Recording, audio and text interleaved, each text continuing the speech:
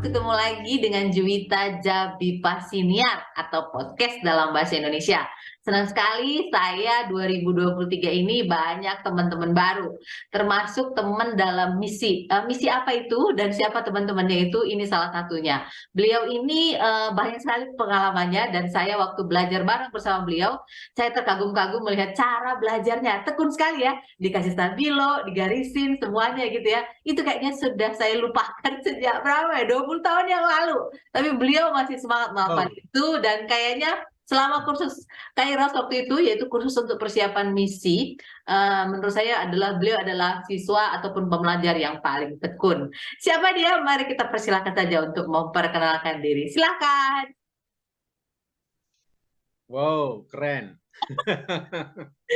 Satu privilege, satu istimewa saya diundang di acara yang dinantikan oleh orang-orang penting seperti ibu, bapak, saudara-saudara. Ya, dengan saya sebutnya Miss Juwita. Wow. Orang Indonesia aku. Kak Jui, Kak Jui. Oke. Even Mrs.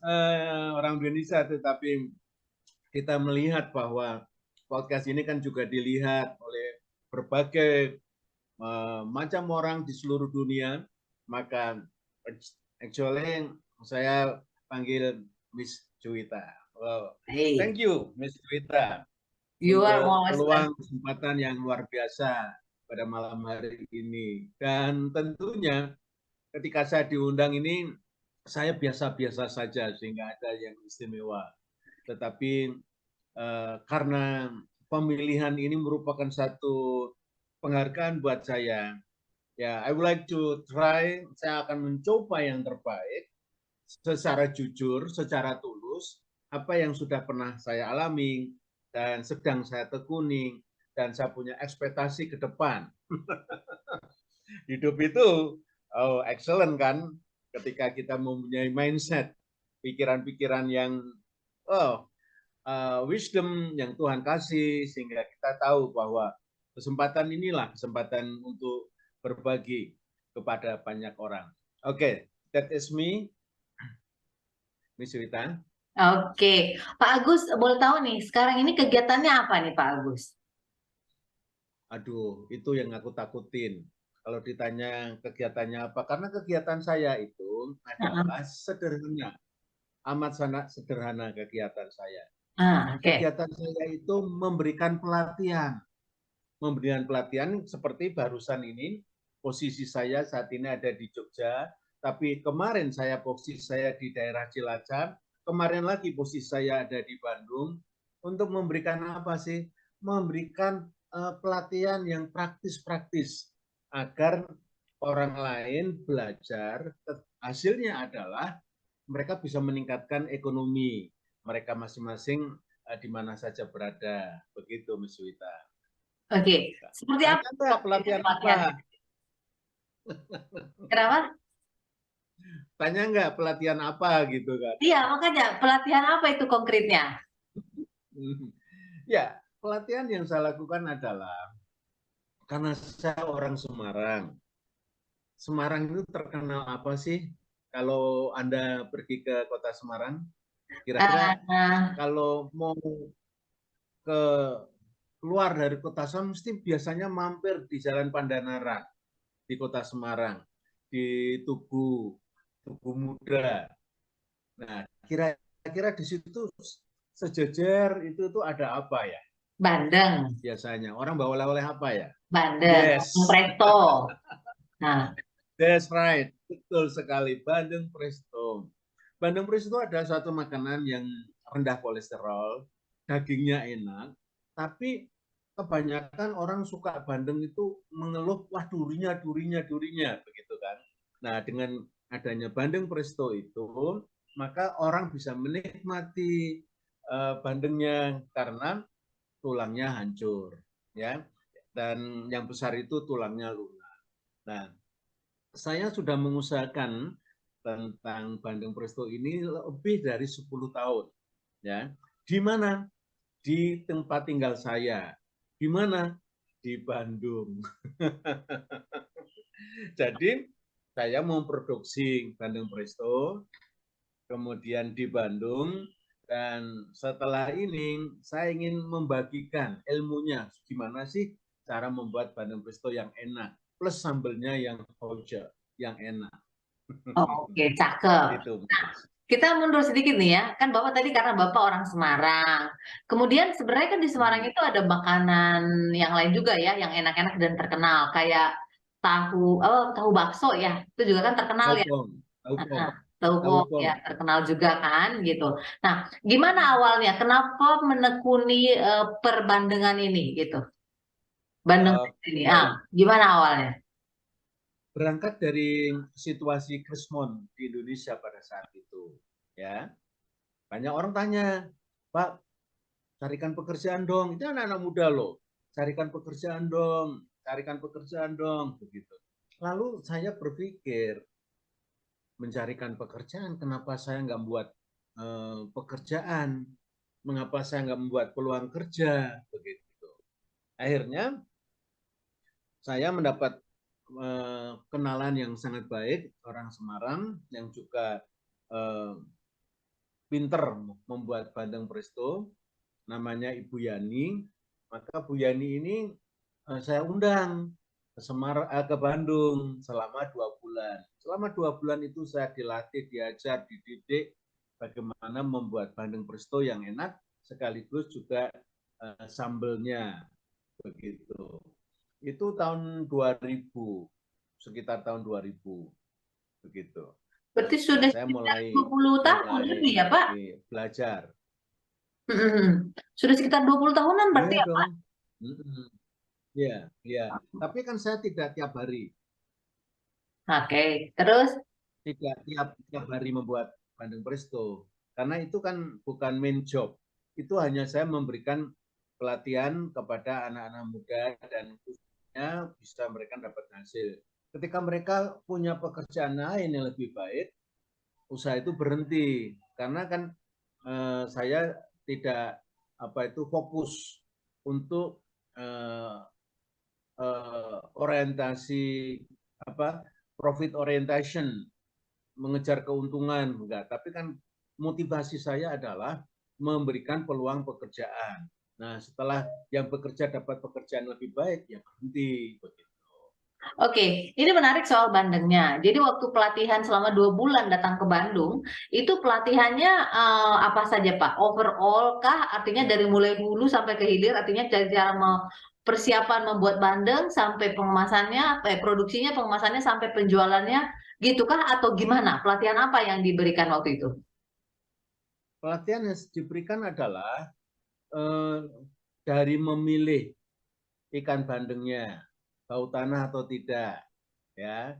Kemudian dilatih juga mempersiapkan bumbu-bumbunya, cara motongnya, kemudian kriterianya apa saja, memilih bahan-bahan bakunya, kemudian setelah itu proses meletakkan bandeng di dandangnya yang bagus bagaimana sampai matang, kemudian diajarin juga untuk mengangkatnya bagaimana, seperti itu, mengangkat bandeng supaya tidak hancur. Nah, kemudian setelah itu selesai di situ. Tapi kemudian saya kembangkan, karena itu awalnya hanya begitu, tapi kemudian saya kembangkan dengan packaging yang bagus, dengan izin dari Departemen Sosial yaitu IRT, izin rumah tangga dan nomornya. Kemudian juga saya kembangkan packaging, ada kotaknya, kemudian ada stikernya, ada plastiknya di sablon, pokoknya kemasannya saya buat bagus sekarang. Oke, Awalnya hanya produksi aja sampai di situ. sampai pelatihannya produksi aja. Bagaimana dengan pemasarannya?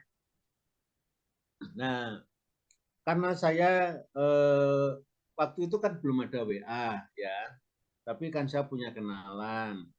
Nah, kenalan-kenalan saya itu saya kasih tes ya, tester gitu kan. Enak, wah enak, pesen dong. Nah, saya kirim. Kemudian orang-orang yang sudah menikmati bandeng itu, mereka itu repeat order, nelpon, waktu itu SMS, Pak, Pesan lagi dong, pesan lagi dong. Yang dulu tuh 1 kilonya tuh harganya hanya 25.000 per kilo mateng ya. Itu isi 4 atau isi 5 waktu itu. Nah sekarang sudah 185.000 per kilo.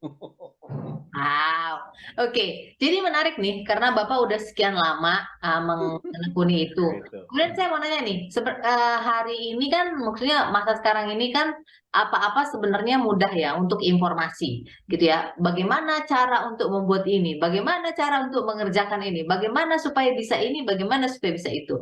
Itu semuanya bisa dicek di internet, gitu ya. Bisa self learning sebenarnya ya. Ya. Nah, kira-kira kalau ada pendengar yang penasaran ya, saya juga termasuk yang penasaran nih gitu. Apa istimewanya kalau saya misalnya belajar sama Bapak atau ikut pelatihan yang Bapak akan berikan ini gitu? Karena kan saya Pertama, bisa bisa sendiri, bisa belajar sendiri gitu.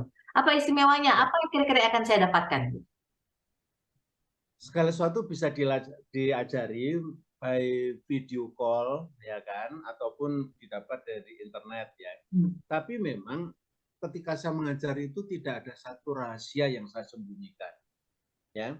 Jadi apa yang saya buat kemudian saya jual kepada para pelanggan ya, yang seperti kemarin saya lakukan di daerah Kroya dekat pinggir pantai Ayah itu di daerah Cilacap. Saya sampaikan saya nggak ada rahasia. Biasanya ada rahasia X yang disembunyikan, saya nggak ada. Jadi dan ketika mereka rasakan wah enak enak, nah itu yang saya lakukan, yang saya jual selama ini, nggak ada yang saya sembunyikan. Yang pertama. Yang kedua adalah perbedaannya adalah ketika orang bisa langsung belajar ya dengan saya umpamanya, dengan saya kasih resepnya, kemudian saya kasih videonya dan sebagainya umpamanya.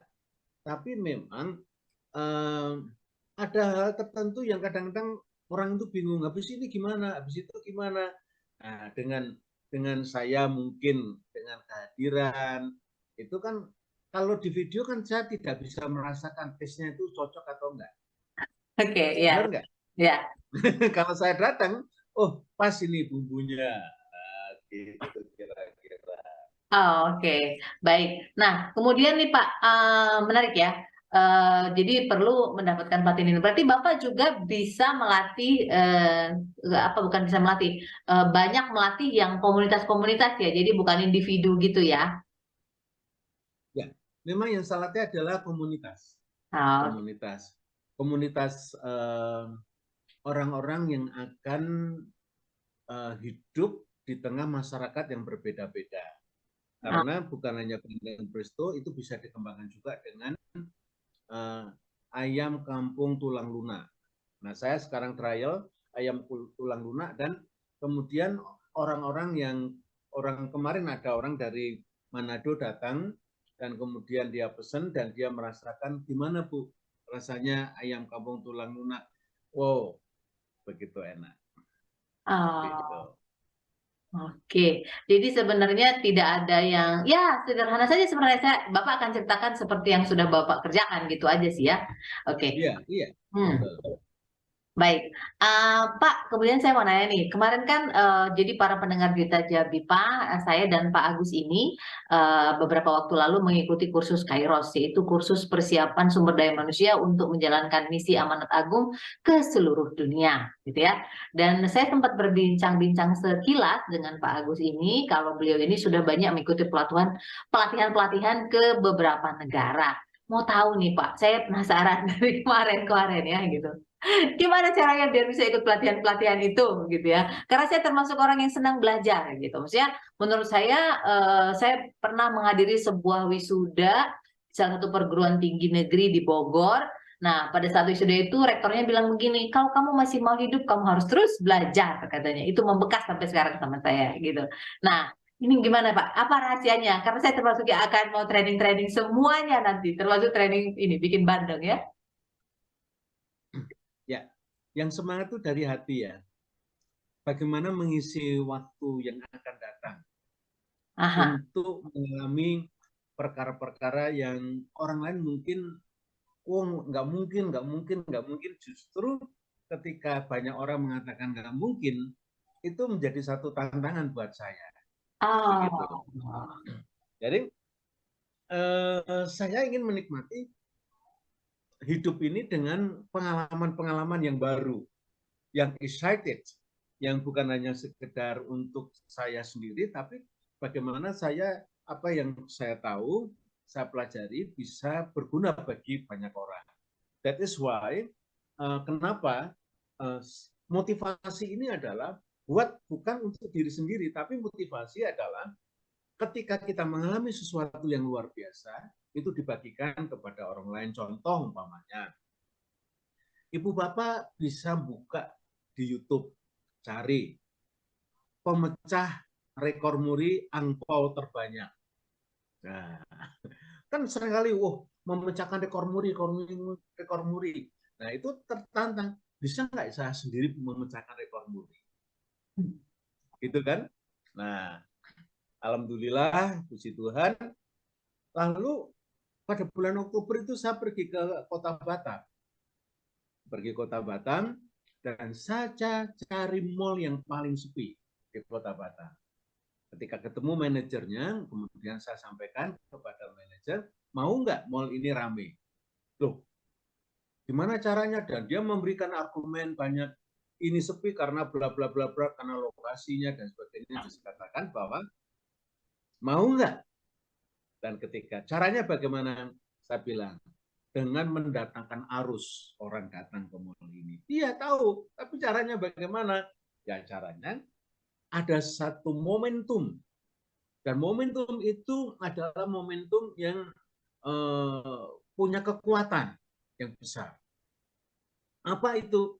Dan ini kan bulan Oktober, bulan Februari nanti kan ada tahun baru China, yaitu Imlek. Ya, bagaimana kalau memecahkan rekor muri dengan pembuatan angpau terbanyak? Bagaimana caranya? Nah, caranya kemudian saya kasih tahu bla bla bla bla. Akhirnya, tapi karena mungkin manajemen mereka belum bisa menangkap, pindah ke mall yang lain di Nagoya, ya. Nah, itulah, yaitu buka aja itu nanti Angpo Muri 2016, umpamanya begitu tagnya itu. Itu satu kalau di Indonesia. Nah, di luar negeri juga gitu.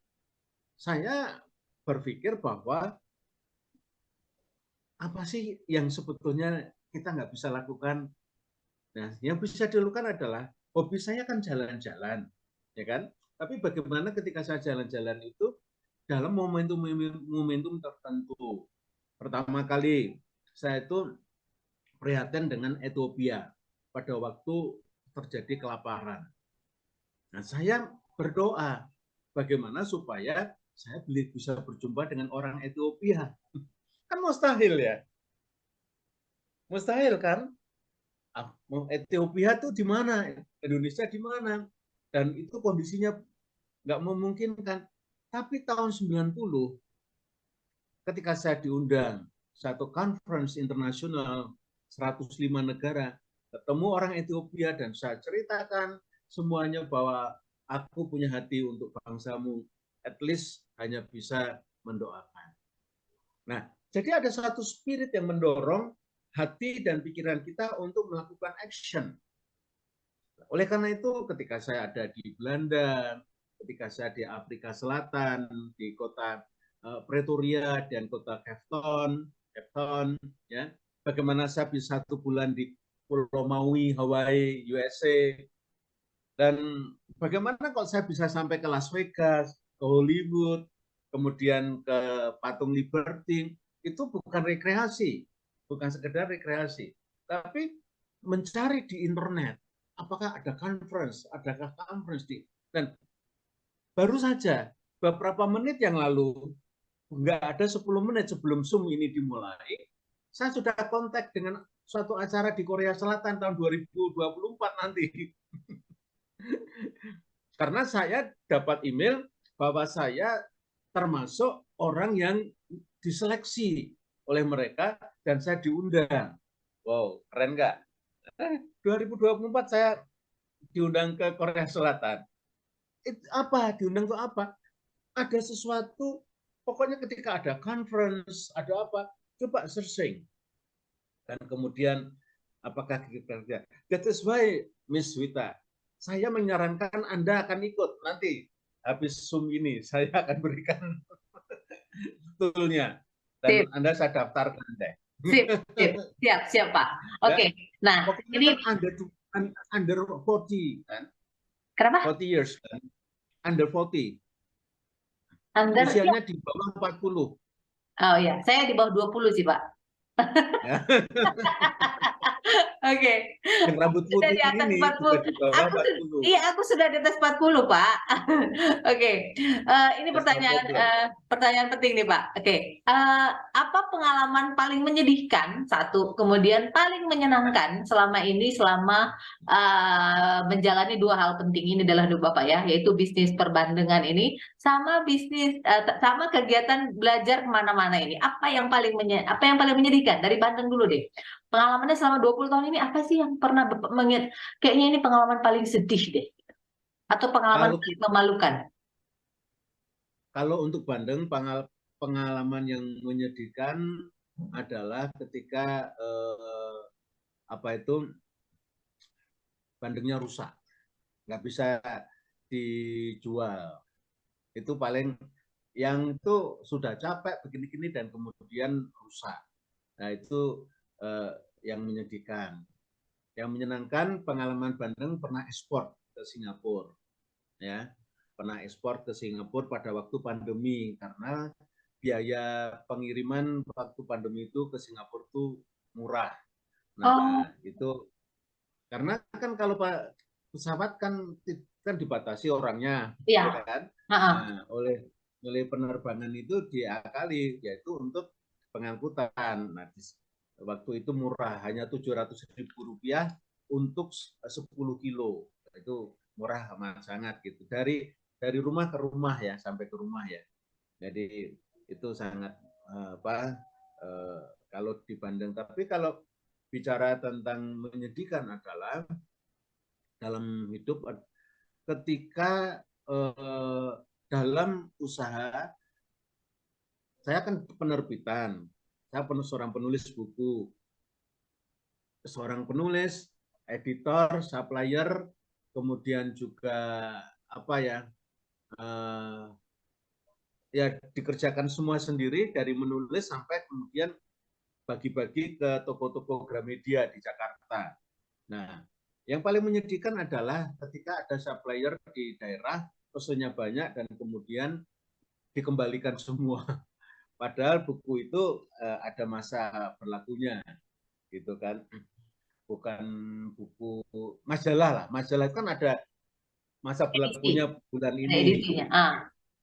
Nah, dikembalikan pesen 2.000, dikembalikan 1.000, yang 1.000 lagi nggak tahu dibayar kemana. Jadi menyedihkan banget. Kemudian ada toko-toko buku yang kemudian apa sudah hilang jejaknya, kita kirimin terus dan akhirnya hutang kami di percetakan itu tinggi.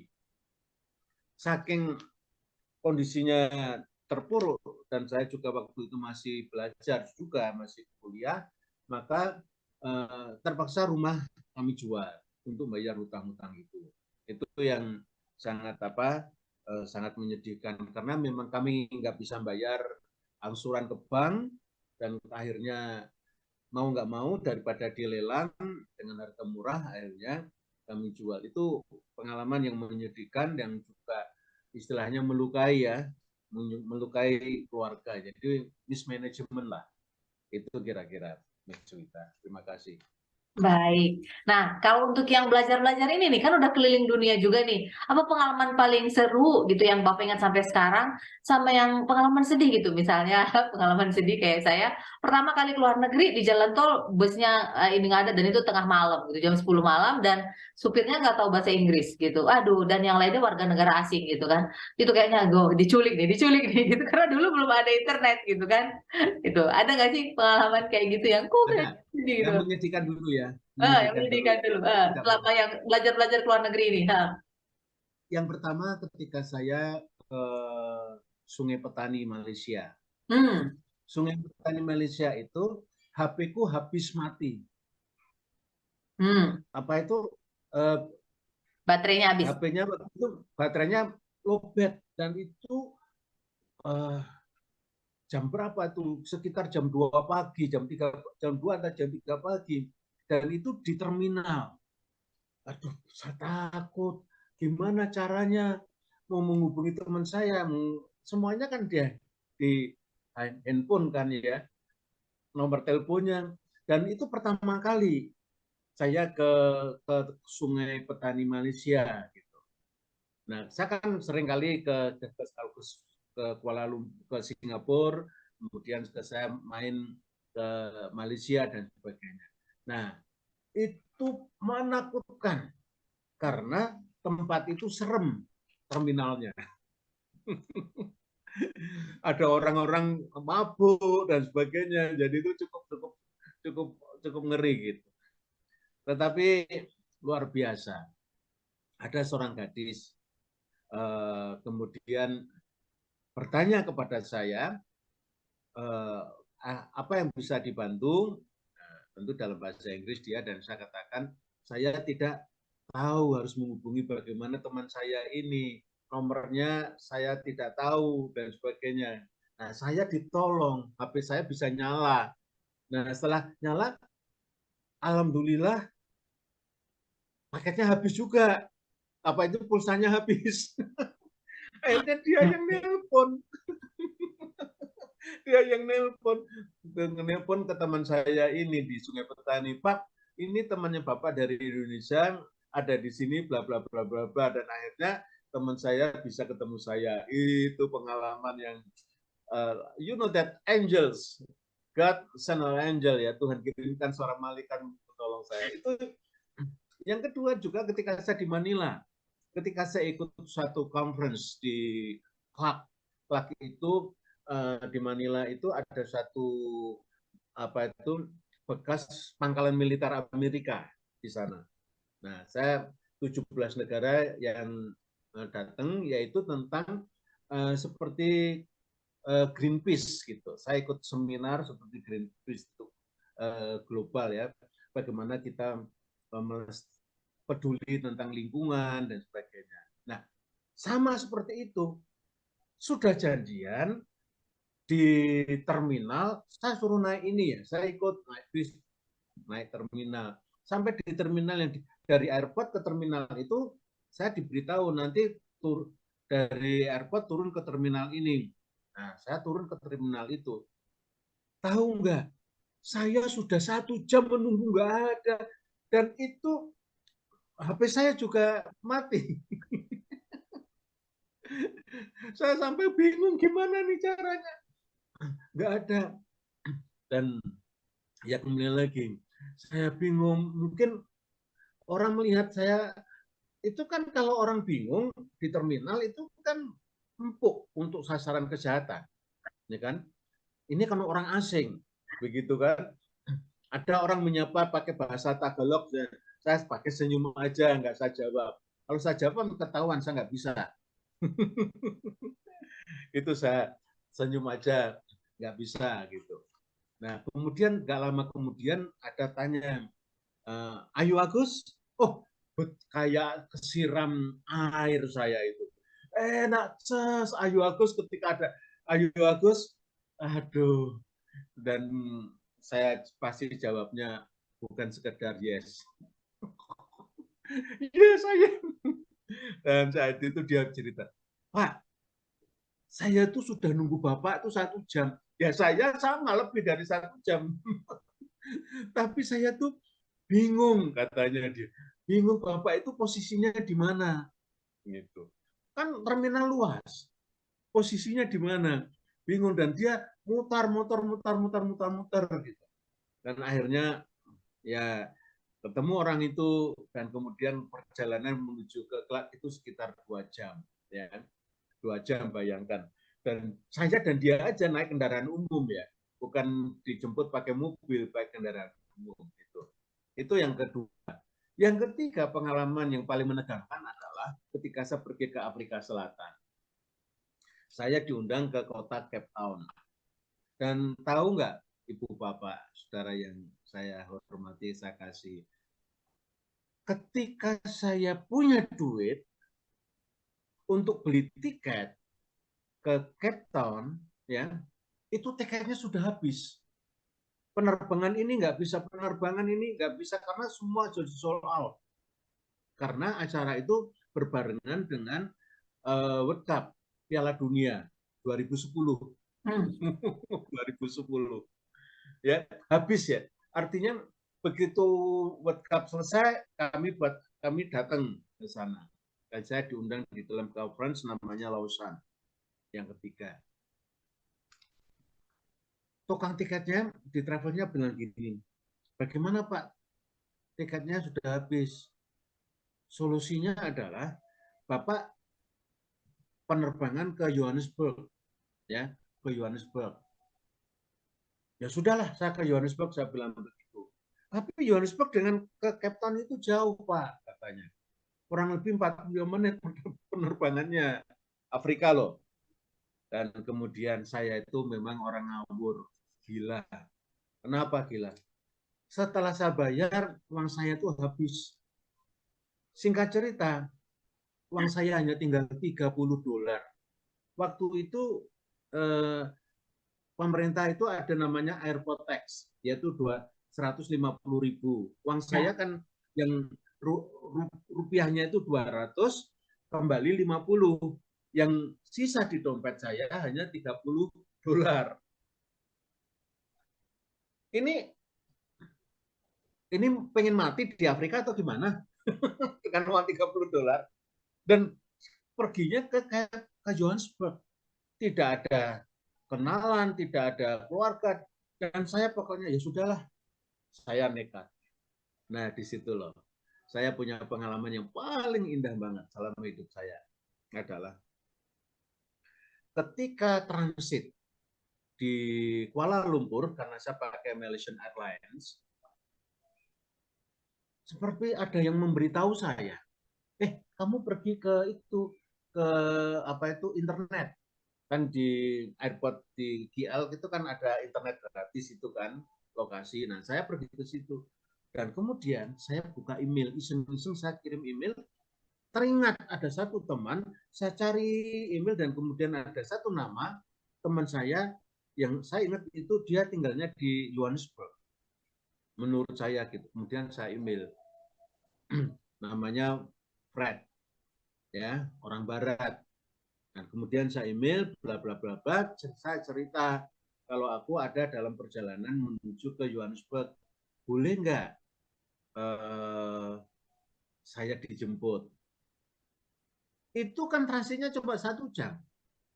Habis saya send begitu, sudah ada panggilan untuk masuk ke pesawat. Akhirnya saya nggak tahu apakah dia baca ataukah dia tidak baca.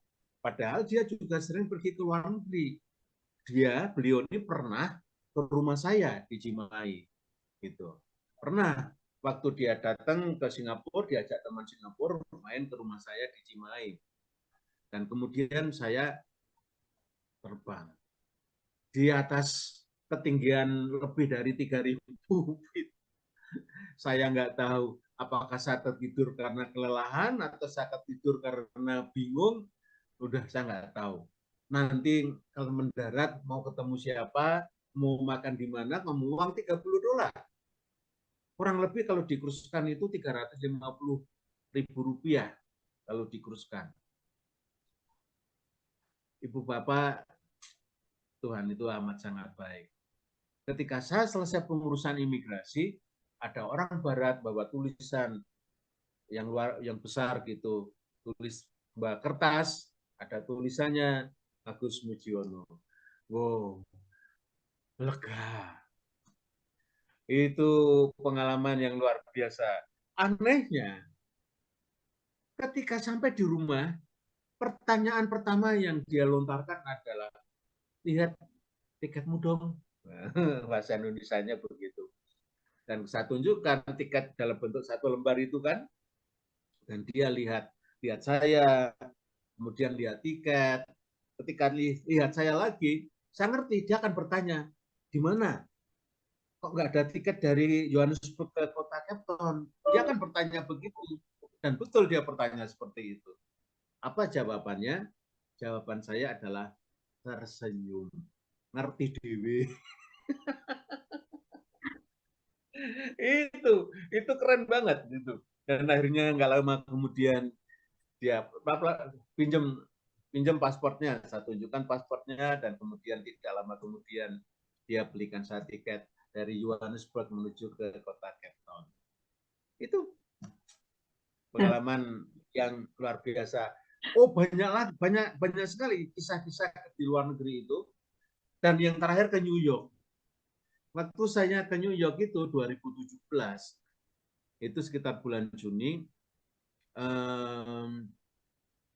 semua sudah lengkap, ya, artinya persyaratan semua lengkap.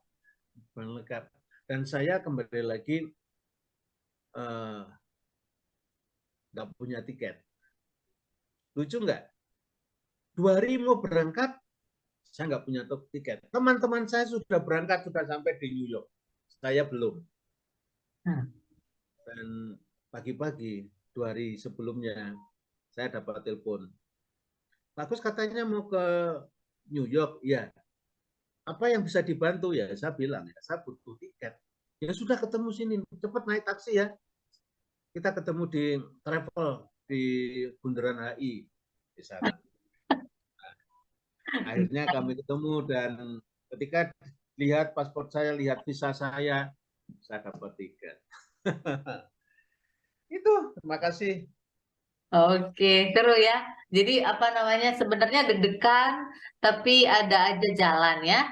Oke, Pak, ini karena kita dibatasi oleh waktu, kita tutup saja ini. Tapi sebelum tutup ini kita berikan dulu pertanyaan-pertanyaan rapid fire question yang harus dijawab dengan cepat dan singkat ya. Kalau nggak bisa langsung jawab pas, atau kalau nggak bisa jawab apa ya? Jawab apa ya? Jawab apa ya? Oke, gini 13.000 ya Pak ya, siap-siap ya. Oke, kita Ya. mulai. Sebutkan 3 nama dalam kehidupan Pak Agus yang menurut Pak Agus mereka itu lucu. Ya, Anti Fonet Grace. Anti, Fonet Grace. Fonet Grace. Siapa? Fonet Grace. Kalau boleh tahu siapa itu? Kalau boleh tahu Istri siapa? dan anak-anak. Oh, oke. Oke. Kapan terakhir Bapak nangis terseduh-seduh? Sedih gitu. 5 hari yang lalu. Oh, oke. 5 hari yang lalu ya. Baiklah. Boleh tahu Pak kenapa? Ketemu dengan Bapak Rohani Oh, oke. di rumah duka, di mana orang yang membantu kita meninggal. Oh. Halo? Ya, halo, halo. Ya, agak freeze. Ya. Oh, oke. Baik. Sebutkan lagu baru yang Bapak pelajari selama tahun 2023. Lagu baru yang saya pelajari adalah Pas. Pas, oke. Oke. Sebutkan 3 nasihat atau petuah yang pernah Bapak dapatkan dari orang lain yang juga Bapak senang meneruskannya ke orang lain lagi. Pertama, apa yang kamu lakukan hari ini sangat menentukan masa depanmu. Kalau hari ini kamu malas, maka masa depanmu jelas kamu akan menjadi orang yang amat sangat tidak berguna. Yang kedua, harapkanlah perkara-perkara besar dari Allah dan lakukanlah perkara-perkara besar bagi Allah. Yang ketiga, orang besar adalah orang yang biasa-biasa saja tetapi yang punya tekad luar biasa. Oke, sip. Ini kalau saya lihat ya sekilas ya, Pak Agus ini kayaknya jarang marah ya, Pak? Sangat jarang, sangat jarang. Kapan terakhir marah besar? Lupa. Lupa. Oke. Oke. Ini karena Pak Agus sibuk di dunia perbandengan gitu ya. Coba sebutkan 5 nama ikan yang tidak bisa dimakan tapi sering juga dipaksain dimakan. Pertama, itu ikan lele. Saya nggak suka lele. Yang kedua, ikan gabus. Itu saya nggak suka ikan tawar, gabus. Kemudian ketika ikan sepat, itu ikan tawar, aku nggak Tahu, suka. tahu. Kemudian juga yang keempat adalah ikan beluntak. Itu pasti beracun, jadi nggak dimakan. Ya, kelima Lima. adalah ikan sembilan. Ikan sembilan itu karena punya racun, jadi saya tidak. Itu ikan sembilan itu seperti lele tapi di laut. Karena saya pernah mancing dan kemudian ketika saya injak durinya, saya sakit demam kurang lebih 2 hari gara-gara menginjak ikan itu. Oke.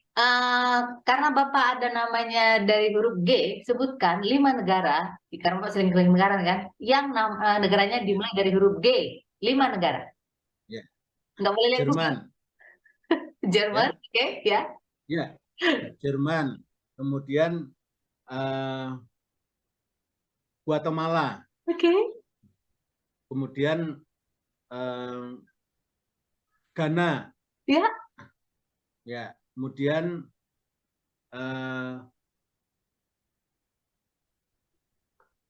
waktu. Ghana. Waktu. Pusatnya ya. waktu. Ya. GMT. Iya. Swiss. GMT. Aduh. Bisa hang. Nah, Eropa nih. Greenland. Oke, pas. Waktunya habis. Pertanyaan Greenland. Oke. Kalau Bapak dikasih kesempatan makan malam istimewa ya dengan seseorang tokoh, baik itu tapi sini perempuan, dengan tokoh perempuan, baik itu dari Indonesia maupun dari luar negeri, kira-kira Bapak pengen akan makan malam dengan siapa? Yang pertama, saya itu pengen makan malam dengan yang penyanyi. Topo? Ya, saya mau makan malam dengan penyanyi yang namanya, yang menyanyikan lagu Never Never Enough. Oh, oke. Never. Ya, yang lagu, oke. Never. Ya, siapa namanya itu ya? Keren. Yang di ini This Greatest Showman. Iya, betul. Yang Betul. Si siapa namanya itu ya? Lauren Allard.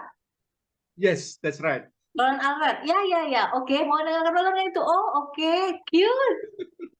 Oke, mantap. Oke, kenapa? Saya menyanyikan lagu itu mungkin lebih dari 70 kali nyanyikan lagu itu. Ketika saya menyaksikan The Greatest Showman, kemudian saya sering kali menyanyikan lagu itu terus, dan kemudian ketika ada Indonesian Idol yang menang itu Maria dari Medan menyanyikan lagu The Greatest lagu itu, wow. Kemudian juga waktu yang terakhir American Idol, beliau sendiri yang menyanyikan lagu itu, saya ulangi terus lagu itu, dan jujur hatiku itu terimpartasi bagaimana dia menyanyikan lagu itu dan memberikan influence kepada banyak orang bahwa itulah sesuatu cinta kasih yang luar biasa ya. Never. Itu kira-kira seperti itu. Oh, jadi sentimental. Oke. Nah, masih lanjut nih. Nancep di hati saya. Oke. Masih lanjut nih pertanyaannya nih. Apa 3 pertanyaan pertama yang akan Bapak tanyakan sama Lord Allard ini? Yang pertama, 3 pertanyaan pertama. Udah makan ya, di set makan ya. Katakan makan di Delhi apa tuh yang di New York misalnya ya, yang restoran Yahudi yang terkenal itu makan daging tuh. Nah, apa 3 pertanyaan pertama yang akan Bapak tanyakan? Maukah tinggal bersama saya selama 1 minggu di Bali? Yang kedua, I like you. This is nice ya kan, never enough. Oke, yang kedua. Ya, kedua aku mau menulis tentang hidupnya. Maukah saya tulis riwayat hidupmu? Oke, Gitu. yang ketiga. Ketiga adalah maukah kamu akan kuberitahu hidup yang paling berarti dalam hidup ini? Oh, oke, keren banget. Aku nggak sengaja nonton film itu tahun 2015 apa 2016 ya, itu filmnya ya. Iya kan, aku nggak sengaja nonton film itu diajak sama temen. Siapa? Karena aku bukan penggemar Hugh Jackman pada saat itu gitu ya. Tapi bagus kan, oke gitu. Karena itu kan tentang champion gitu ya. Terus saja gitu. Baik. Kemudian ini pertanyaan terakhir Pak. Ini selalu saya tanyakan, hampir selalu saya tanyakan di setiap podcast saya. Ini pertanyaannya lucu karena saya juga penggemar anak-anak ya. Bercanda gitu. Coba sebutkan nih 3 suara kentut binatang yang pernah Bapak dengar langsung. Jujur, aku belum pernah dengar. Oke, nggak apa-apa. Ya wes, Karena kentut binatang nggak pernah dengar. Oke, nggak apa-apa. Aku pernah dengar. Nggak apa-apa. Bapak bisa dengar podcast saya di episode sebelumnya, itu ada aneh-aneh yang udah pernah didengar langsung. Oke? Baik, Pak Agus, terima kasih banyak sudah mau sharing, berbagi dengan kita di sini. Saya terus ingat yang Bapak kemarin pernah nasihatkan, ya kalau tadi Bapak sudah menyebutkan 3 nasihat yang juga terus diteruskan ke orang lain, kalau saya juga akan meneruskan nasihat yang kemarin Bapak pernah sampaikan ke saya, yaitu kalau Juwita punya kerinduan, ya kemudian langkah berikutnya adalah Juwita berdoa supaya dipertemukan dengan orang-orang yang punya hati atau kerinduan yang sama dengan itu, gitu ya. Itu akan saya ingat dan terus akan saya sampaikan juga ke orang-orang lain. Saya ingat terus loh Pak. Terima kasih banyak. Makanya saya bilang Bapak istimewa. Pak Agus, itu aja. Terima kasih banyak para pendengar Juwita Jabibah. Itu tadi obrolan santai kocak manis kita dengan Pak Agus Mujiono. Pak Agus semangat kalau di WA-nya ditulis gitu kan. Saya juga ini benar nggak sih namanya Agus semangat gitu ya. Ini keren nih, belum sempat saya tanya, tapi nggak usah saya tanya, saya udah tahu karena memang beliau mengimpartasikan, menyalurkan energinya itu energi semangat memang ya. Oke, terima kasih banyak Pak Agus, sehat-sehat terus. Mudah-mudahan kita bisa bertemu atau bekerja sama dalam waktu yang akan datang.